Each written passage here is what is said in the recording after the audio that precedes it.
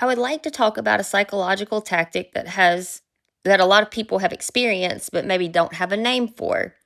It's called DARVO, DARVO, and it stands for deny, attack, and reverse victim and defender. Once you understand this pattern, you really can start to recognize it in your environment, depending on what kind of people you're around, right? Especially in manipulative relationships. DARVO is what happens when someone does something wrong, gets confronted about it, and instead of taking responsibility, they completely flip the situation upside down. Suddenly, they're not the person who caused the harm anymore, they become the victim, and you become the problem. Let's break down the steps so you can see how it works. The first step is deny. This part is pretty straightforward.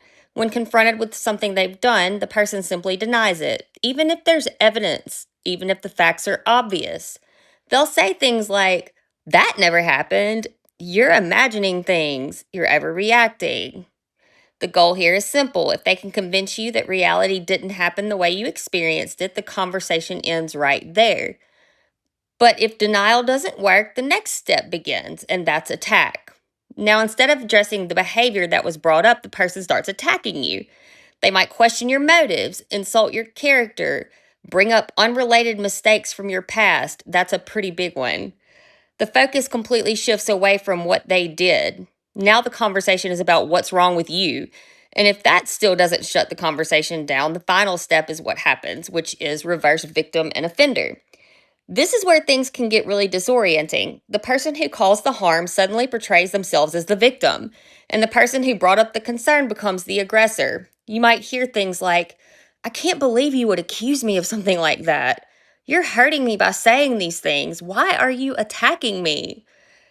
At this point, the entire reality of the situation has been flipped. The person who did something harmful is now asking for sympathy and understanding, and the person who spoke up about it is suddenly defending themselves.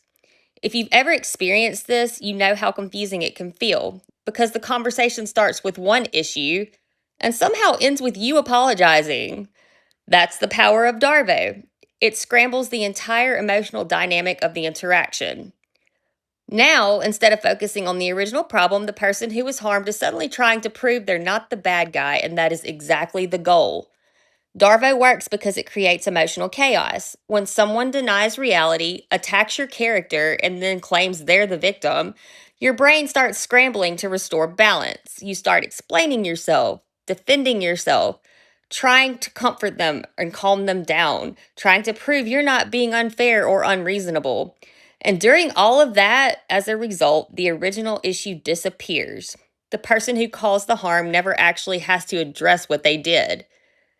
Now, DARVO isn't just a random reaction, it's a pattern of behavior, and people who rely on it tend to use it over and over again. Once you start recognizing the pattern, it's much easier to dismantle it in real time. You'll notice that every time you bring up a concern, the same sequence happens. First, they deny it, then they attack you, then they flip the situation so they're the victim. And once you see the pattern clearly, it loses a lot of, if not all of its power. Because instead of getting pulled into defending yourself, you start recognizing the strategy. You start seeing that the emotional storm being created in the conversation is actually a distraction, a planned one at that.